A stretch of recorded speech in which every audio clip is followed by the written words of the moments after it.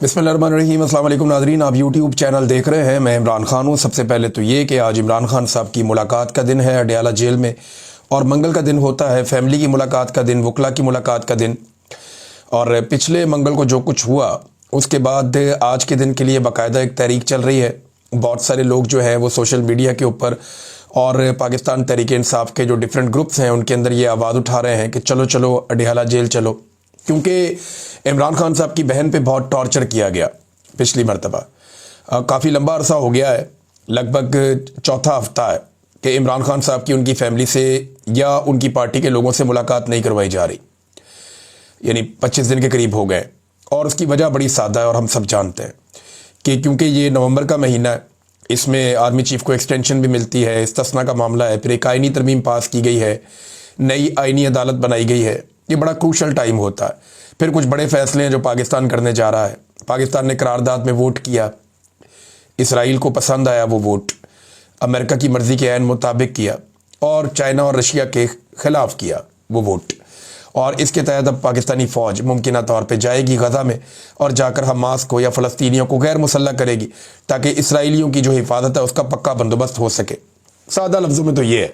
अब आप इसको जो मर्ज़ी शुगर कोटिंग कर लें या जो मर्ज़ी कहते रहें, सादा सादा लफ्ज़ों में तो ये है कि पाकिस्तान को ये करना है। और ये पाकिस्तान को इसलिए करना है कि पाकिस्तान की मईशत बहुत कमज़ोर है, पाकिस्तान की मईशत में जान नहीं है, और पाकिस्तान अपना बोझ नहीं उठा पाता, इसलिए अगयार की बातें माननी पड़ती हैं। जो हुक्म आता है उसको मानना पड़ता है। पाकिस्तान को किसी की भी हुकूमत होगी, बड़ा मुश्किल है इन मामलात से निकलना। तो ये वाली हुकूमत तो वैसे ही इसके कोई पाँव नहीं है ज़मीन पर, बहुत कमज़ोर है। नाज़रीन, इमरान खान साहब की बहनों पे टॉर्चर किया गया। नौरीन खान को, जो इमरान खान की बहन है, उनको बालों से पकड़ के सड़क पे फेंका गया, बाकायदा उन्हें घसीटा गया, और वो उसके बाद अनकॉन्शियस थी। और फिर जो उनकी हालत थी, बाद में कुछ जब लाइट्स थोड़ी सी ऑन हुई तो वीडियो के अंदर जो देखा गया बड़ा अफसोसनाक मंजर है। जो पुलिस के सोर्सेज हैं वहाँ पे जो लोग मौजूद थे वो कहते हैं जी उन्हें भी बहुत दुख है, और ये नहीं होना चाहिए था, इस लेवल तक नहीं जाना चाहिए था। लेकिन खसूसी अहकामात जब आ जाते हैं तो फिर ये लोग जल्लाद बन जाते हैं। जो इन्हें कहा जाता है ये वो लोग कर लेते हैं। अब पुलिस वाले जो डंडे मारते हैं, या कोई रेंजर्स या कोई दीगर कोई और सिक्योरिटी फोर्सेस का बंदा गोली चलाता है, कोई स्नाइपर जब कोई डी चौक पे ऊपर बैठ के गोली मारता है, या जिसने गोली चलाई वहाँ पे मुरीदके में, ये लोग खुशी से गोली नहीं चलाते ना, उनको ऑर्डर आता है, इनको मजबूर किया जाता है, फिर ये गोलियाँ मारते हैं आवाम को। सारा मंजरनामा ही एक अजीबोगरीब कर दिया गया है, एक ज़हनी मरीज़ में कन्वर्ट कर दिया गया पाकिस्तान के सारे इदारों को। और जो लोग ना बोलते हैं वो आप समझते हैं सिस्टम के अंदर उनके साथ क्या होता है। ना बोलने की पाकिस्तान में ना किसी को जरूरत है, ना कोई इस किस्म की अखलाकी ताकत रखता है कि वो ना बोले। अमेरिका के अंदर बाकायदा उनको हुक्म जारी किया जाता है कि जनाब आपने कोई गैर कानूनी गैर आइनी हुक्म नहीं मानना। बाकायदा इदारों को ये कहा जाता है। यहाँ पाकिस्तान में जनाब जो साहब बहादुर का हुक्म आ जाए आपने आंखें बंद करके मानना है, और सारे के सारे एक भीड़ चाल है, उसी रास्ते पे चल पड़ते हैं। तो हसन न्याजी की वालदा के ऊपर बड़ा बुरा टॉर्चर किया गया। इमरान खान साहब की ये बहन है, और ये पिछले मंगल की बात है। अब देखना यह है कि आज हुकूमत किस तरह का बंदोबस्त करती है, और पाकिस्तान तहरीक इंसाफ कितनी बड़ी तादाद में अडयाला जेल के बाहर पहुँचती है। आवाज़ तो इन्होंने लगाई हुई है, पाकिस्तान तहरीक इंसाफ के लोगों ने काफ़ी माहौल गर्म किया हुआ था सोशल मीडिया पे। अब देखते हैं कि ग्राउंड पे कितने लोग और कितने लीडर्स पहुंचते हैं। कुछ इत्तलात आ रही थी कि शायद सुहेल अफरीदी या कुछ और जो सूबाई वुज़रा हैं, कुछ MNAs हैं, वो भी पहुंचे हैं अडयाला जेल के बाहर, और कुछ बड़ी शख्सियात पाकिस्तान तहरीक इंसाफ या तहरीक तहफ़्फ़ुज़ आईन पाकिस्तान की, वो भी अडयाला जेल के बाहर जाए। जो सलूक गुज़िश्ता हफ्ते किया गया इमरान खान साहब की बहनों के साथ। अब इसमें हसन न्याजी ने एक ख़त भी लिखा अपनी वालदा के नाम, और ख़त मैंने पढ़ा, मुझे बड़ी तकलीफ़ हुई पढ़ के। हसन न्याजी को मैं ज़ाती तौर पे जानता हूँ, बड़ा जज्बाती नौजवान है और बड़ा साफ़ दिल का आदमी है। मैंने इसे कभी ऐसे झूठ बोलते हुए नहीं देखा, साफ साफ बात करता है हमेशा। और इमरान खान साहब से इसको इश्क है अपने मामू से, ये उनसे बहुत प्यार करता है। और अपने वालिद साहब के इख्तलाफात के बावजूद, यानी ये बड़ा मुश्किल हो जाता है कि आपके वालिद का नुक्ता नज़र बिल्कुल मुख्तलिफ हो और आपके मामू का नुक्ता नज़र बिल्कुल मुख्तलिफ हो, और आप उसूल की बुनियाद के ऊपर अपने मामू के साथ खड़े हो जाएं, लेकिन आप सेम टाइम में अपने वालिद की भी उसी लेवल पे उसी अंदाज में इज्जत भी करते रहें और उनके खिलाफ किसी किस्म की चीज़ का हिस्सा भी ना बने। तो मैंने देखा कि हसन न्याजी में ये क्वालिटी थी कि वो अपने वालिद से बहुत प्यार करता है, लेकिन वो अपने मामू के नज़रिए के ऊपर पूरी ताकत के साथ खड़ा भी हुआ। ये मैनेज करना बड़ा मुश्किल है। मुझे अच्छी तरह चंद वाक़यात याद है, जज्बाती है, इसने एक दो दफ़ा लड़ाई झगड़े में भी एकदम आगे हो जाता था हसन न्याज़ी। और मुझे याद है कि अदालत के अंदर मुझे पुलिस ने जब पीछे से निकालने की कोशिश की तो ये पुलिस के गले पड़ गया था हसन न्याज़ी, और वहाँ अच्छा खासा झगड़ा हो गया था। मैं हथकड़ियों में था, मैंने बड़ी मुश्किल से इसको पकड़ के छुड़ाया, बल्कि मैंने इसको गर्दन से पकड़ा, इसको अपने करीब किया, मैंने इसको समझाया, मैंने कहा हसन लड़ाई नहीं करनी, ये यूनिफॉर्म में लोग, रुक जाओ थोड़ा। कहता ये ज़्यादती कर रहे हैं। मैंने कहा ठीक है, हम अदालत में जा रहे हैं ना। तो मुझे आज भी याद है कि वो बड़ा सीधे सीधे दिल का बंदा है, और सीधा सीधा जिसका वो साथी है, जिसका दोस्त है, वो अंदर बाहर से एक ही तरह का बंदा है हसन न्याज़ी। मुनाफकत नहीं करता। मुझे उसकी वो सारी बातें, उसका वो सारा याद आ रहा था जिस वक्त मैंने ये देखा, उसका लिखा हुआ लेटर अपनी वालदा के नाम। और उसने कहा अपनी वालदा को, उनकी बहुत तारीफ़ की, उसने बताया कि वो कितना प्यार करता है उनसे। ये वाक़या भी बताया जो उनकी वालदा के साथ हुआ इस लेटर के अंदर। लेकिन उसने कहा कि इन जालिमों के सामने झुकना नहीं है, मैं भी आपकी हिम्मत की वजह से नहीं झुकूंगा, हम इनके सामने नहीं झुकेंगे। उसने कुछ इस्लामी मिसालें भी दी और बहुत सारा कुछ लिखा लेटर के अंदर। तो अपनी वालदा को बार बार अम्मा कह के उसने मुखातिब किया, और हमारे सामने जब वो अपने वालिद के बारे में बात करता था तो अब्बा कह के करता था। तो मुझे अच्छी तरह याद है, एक दिन हम लोग ये मालम जब्बा में एक स्कीइंग का एरिया है जहाँ पे ये स्नो फॉलिंग जब होती है तो लोग स्कीइंग करते हैं ना, तो ये बड़ा जुनूनी जैसा है। मुझे अच्छी तरह याद है, मैं वहाँ पे अपनी फैमिली के साथ गया हुआ था, 2020-21 की बात है शायद, स्नो फॉलिंग का सीज़न चल रहा था, सर्दियाँ थीं। तो मैंने वहाँ हसन को देखा, और ये बार बार जाता था, फिर आ जाता था ऊपर से, फिर ऊपर चढ़ता था बड़ी मुश्किलों से, फिर आ जाता था। तो मैंने देखा कि इसने कोई 30 चक्कर मेरे सामने लगाए स्कीइंग के चक्कर में, बार बार जा रहा है, नीचे आ रहा है, बार बार 3-4 घंटे ये लगा ही रहा। तो मैं इसे देख रहा था, ये छोटी वाली साइड है, वहाँ से ये कर रहा था। तो मैंने इसको बुलाकर कहा, मैंने कहा यार बस कर।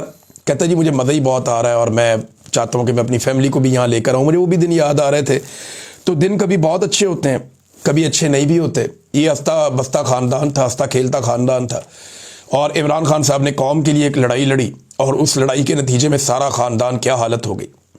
किसी का कारोबार बंद हो गया, सारों के नाम ECL में चले गए, कोई काम वो नहीं कर सकते, सारे के सारे पुलिस और एजेंसियों के रडार के ऊपर आ गए, इमरान खान की बहनों पे मुकदमात हो गए, भांजे बार बार गिरफ्तार होते हैं, हसन न्याज़ी जो है मिलिट्री कोर्ट में उठा के उसको सज़ा दे दी गई, इमरान खान की अहलिया को भी बंद कर दिया गया, बहनों को बार बार मारा भी गया, घसीटा गया, गिरफ्तार किया गया। तो एक अजीबोगरीब बर्बरियत इस ख़ानदान के साथ हुई है। लेकिन आफरीन है इन लोगों के ऊपर कि ये निज़ाम के सामने झुक नहीं रहे, निहत्ते लोग, और डट कर खड़े हैं ये। अच्छा जी, इमरान खान साहब से मुलाकात के हवाले से जस्टिस अमीनुद्दीन खान साहब ने एक बड़ा अजीबोगरीब काम किया। मैं इसको आपको पढ़ के सुनाता हूँ कि ये हुआ क्या। यहाँ पे एक ट्वीट है जो राजा बशारत साहब ने की अदालत से। राजा बशारत साहब बड़े अच्छे जर्नलिस्ट हैं जी, बड़े बेबाक जर्नलिस्ट हैं, खुल के तनकीद करते हैं सबके ऊपर। इन्होंने कहा जी कि ट्रांसफ़र जजेस के जो केस में अपील के दौरान एक दिलचस्प सूरत हाल उस वक्त पैदा हुई जब इमरान खान के वकील ने कहा कि मैंने इमरान खान से हदायत लेनी है, तो जेल के हुकाम को आप हदायत दें कि मैं इमरान खान साहब से मिलकर हदायत ले लूँ। और इस पर जनाब काजी हाजी अमीनुद्दीन खान साहब जो है उन्होंने एक अजीबोगरीब बात कर दी। यानी पाकिस्तान की सबसे बड़ी अदालत है अब जो वफाकी आईनी अदालत, वहाँ पे मामला चल रहा है। वकील कह रहा है जी कि इस मामले में मैंने अपने मुवक्किल से हिदायत लेनी है, तो जेल इंतज़ामिया को हुक्म दे दें कि मुझे ज़रा मुलाकात करवा दें। तो सबसे बड़ी अदालत का सबसे बड़ा काजी जो है उसके पैरों के नीचे से ज़मीन निकल गई। अब बजाय कि वो मुलाकात करवाए, उसने कहा जी वो जिस अदालत ने इमरान खान को जेल में भेजा ना, आप वहाँ जाए, वहाँ से जाकर रुजू करें। ये नाज़रीन इनकी हालत है। पाकिस्तान तहरीक इंसाफ ने इसे कुछ ऐसे लिखा कि अदलिया की खुदमुख्तारी सलब करके इसे एक सरकारी इदारे में तब्दील कर दिया गया है। वो जजेस जो आसिम लॉ के सामने झुके हुए हैं, इन्हें ना तो तारीख और ना ही ये कौम कभी माफ़ करेगी।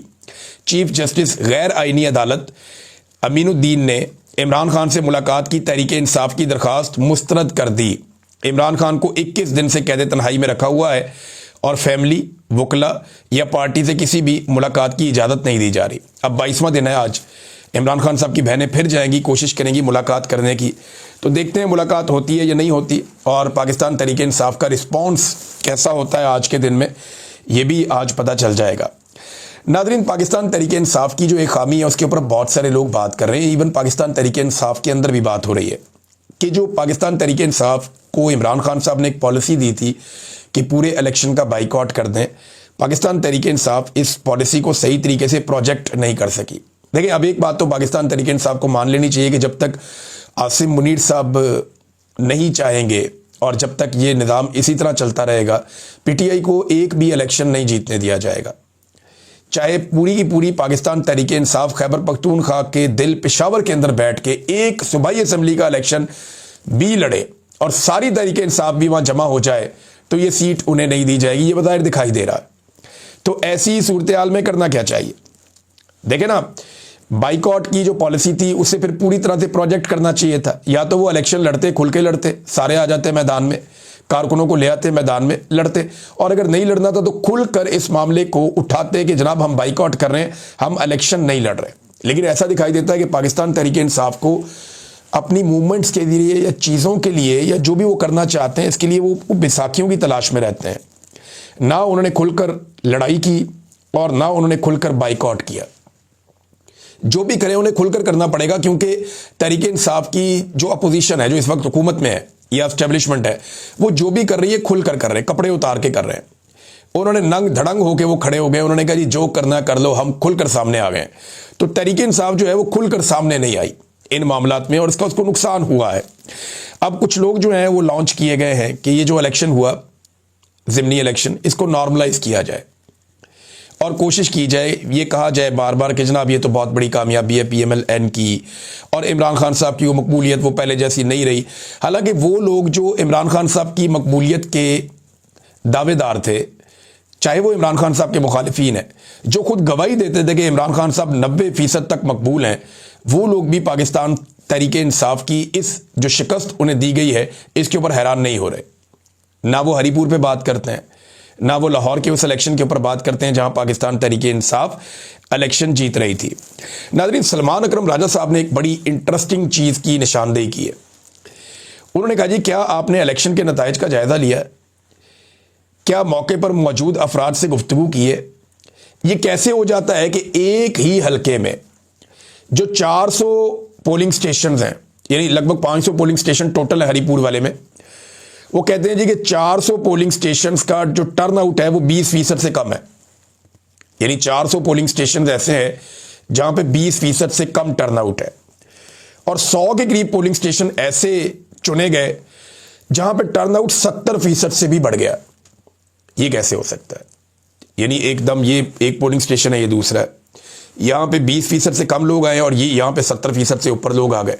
एक ही हलके में ये ट्रेंड इतना ज्यादा कैसे तब्दील हो सकता है, ये सवाल उन्होंने उठाया।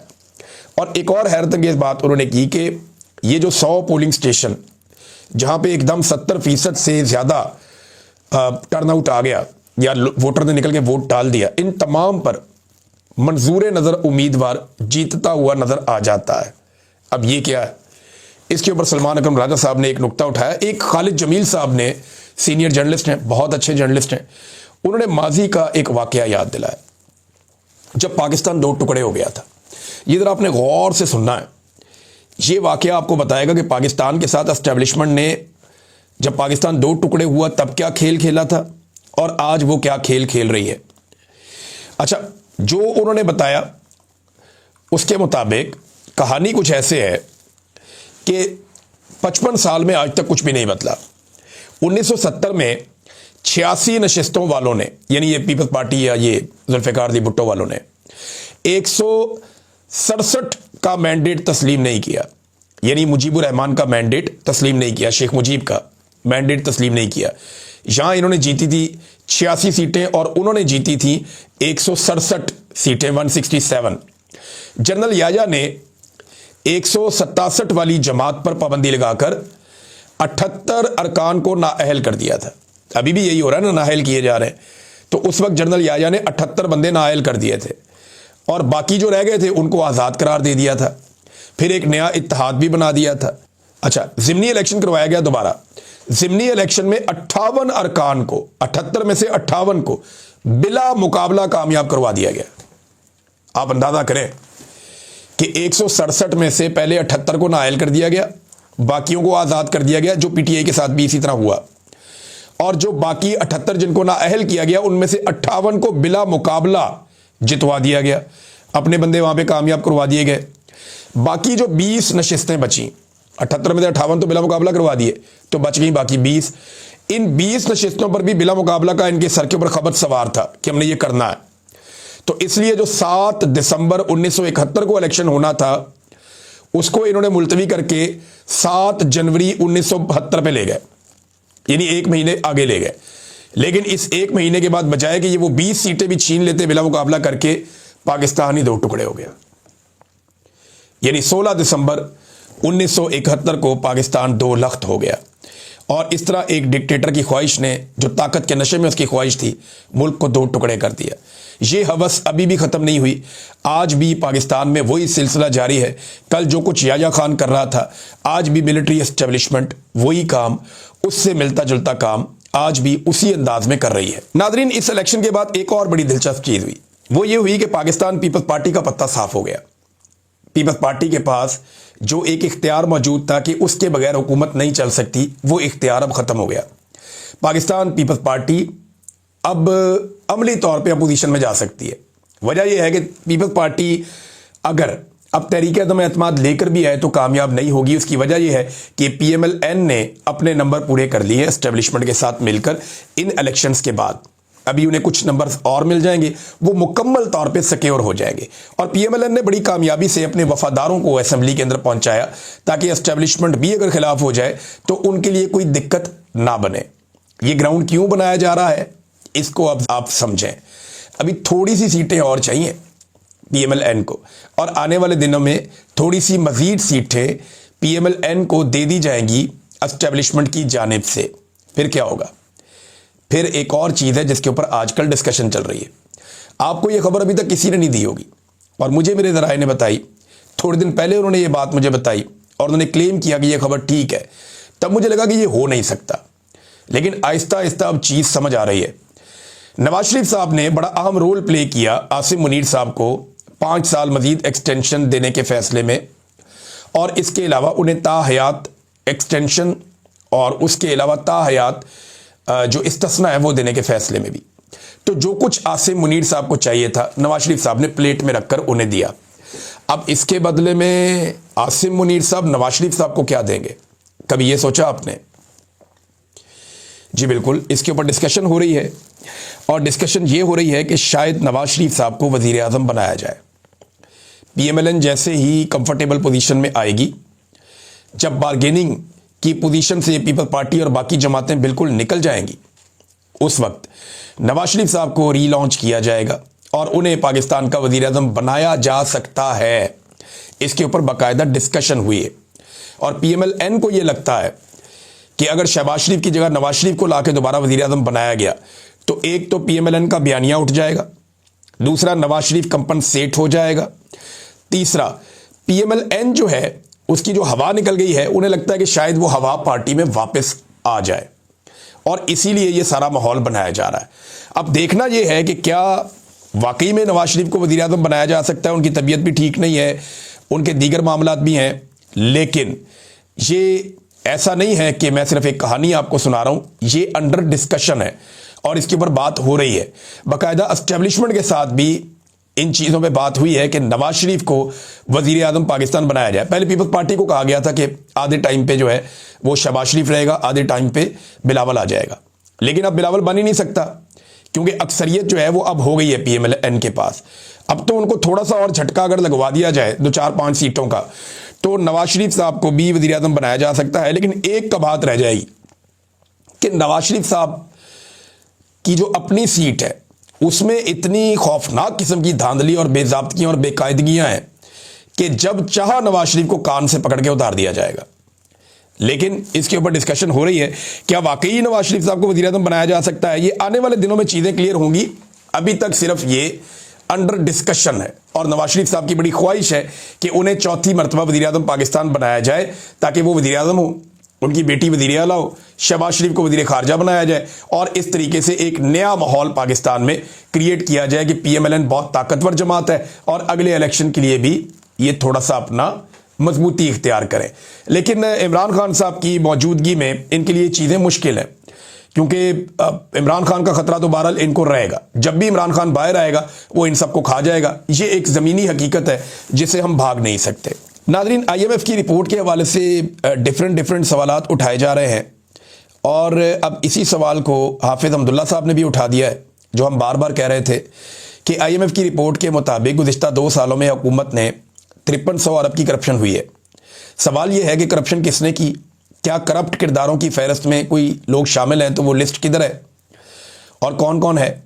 कौम को बताया जाए कि क्या करप्ट माफिया को कोई सजाएं मिली हैं, और अगर करप्शन का ये पैसा 5300 अरब बरामद हुआ तो वो पैसा है कहाँ, कौमी खजाने में कहाँ जमा करवाया गया, उसकी तफसीलात बताई जाए। अब ये सवाल अपोजिशन को उठाना चाहिए था। देखिए, पाकिस्तान तहरीक इंसाफ को या बाकी अपोजिशन जमातों को प्रॉपर अपोजिशन करनी चाहिए।